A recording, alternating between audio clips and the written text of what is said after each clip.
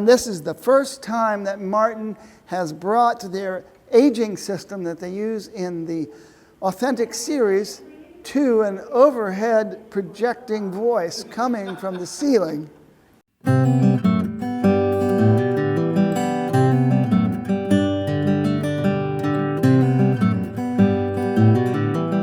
Hey, it's Phillips out here at the Martin Museum for Maury's Music, where I am trying out this amazing D28 Rich Robinson custom artist edition. Rich Robinson, of course, from the Black Crowes, and he is responsible for writing most of their best songs, and he wrote most of their songs on his father's D28 that was made in 1954.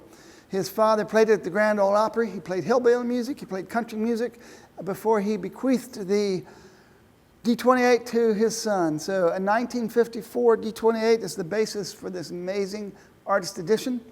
This is the first time there's been an artist signature model that used the aging system that Martin developed for their Authentic series.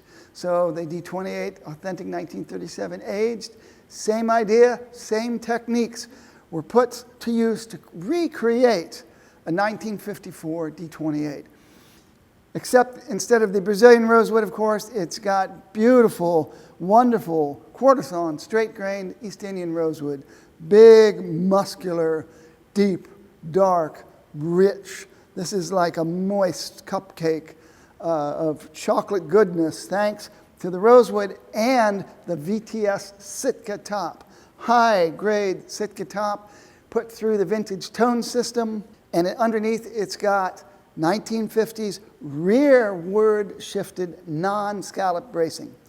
The rearward shifted bracing was started being used in 1939. They got rid of scallop bracing circa 1946, 1945, and in the 50s you had the rearward shifted bracing non-scalloped. They got rid of the rearward shifted in about 1960, somewhere in between 59 and 60.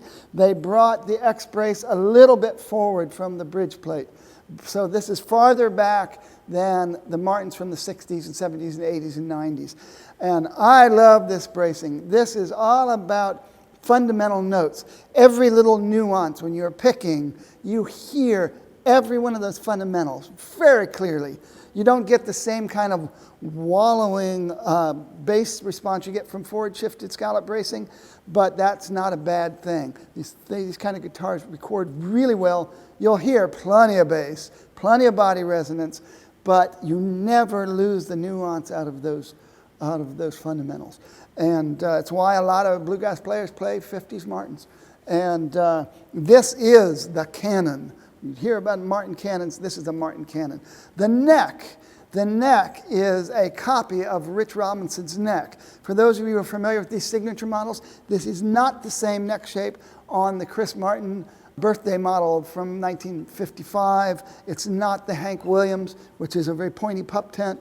This is a V-neck, and it's pretty beefy, but it's not the same neck on the Authentics. It's a unique beefy Martin neck for people who like the full thickness. This is a little more V'd than the full thickness you got in the 60s, but still very comfortable, nicely rounded off shoulders. The roll off in the shoulders is just made for American style thumb fretting. Does not feel super fat because of course it's a 1 11/16 inch nut.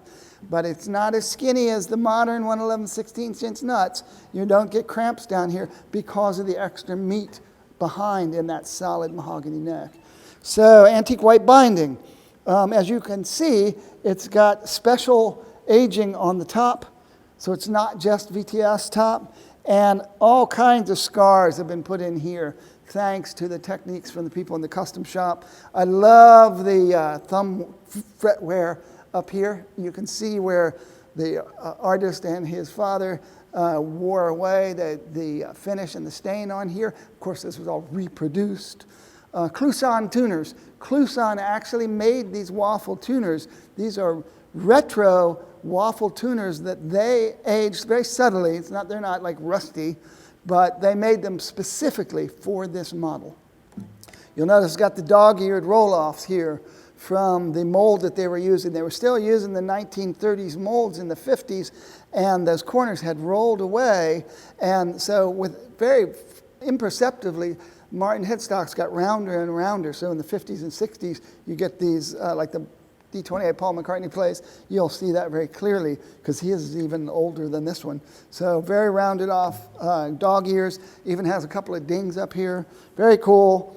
The biggest difference between Rich's guitar and this one, other than the Brazilian rosewood, is the bridge has been rolled off as well. So it's got a cosmetic long saddle here, but still drop-in saddle, so you can still put a pickup in here. I think so. I don't think this is a glued-in saddle. I'm pretty sure it's drop-in, but it's been relicked.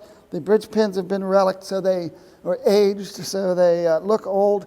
But you lost the corners here, so you don't get that painful dig in when you do a lot of thumb fretting. So Neil Young fans out there who want a big rosewood dreadnought that you can palm mute all day without cutting off the nerve in your hand. And Robinson requested that specifically as a difference between his actual old guitar and this one. And he absolutely loved it. A couple of big shots from Martin flew out to give him his prototype to check out, and he was absolutely crazy about it. And when you hear me dig into this thing and really go in with the pick, you'll see why. So this is the Rich Robinson, the D28 Rich Robinson. I'll tell you, if you take this thing on stage, people will obviously think you're playing an old Martin. As soon as I opened the case, I was just like, it looked like I think they put Rich's guitar in here. That's what it felt like. So there it is. I hope for anybody who's out looking for the chunky necked traditional D28, this is a great option, much less expensive than the D28 Authentic. So check it out. Give Maury a call if you're interested.